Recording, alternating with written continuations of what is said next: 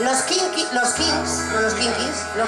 escribieron una canción hace mucho tiempo, como la mayoría de canciones que tocamos, que son de hace mucho tiempo,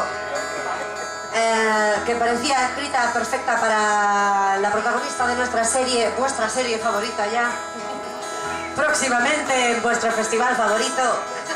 Y además que esta canción la acompañaré Montes, gracias a la guitarra está Kim Zango. En el micrófono, Belén Alonso.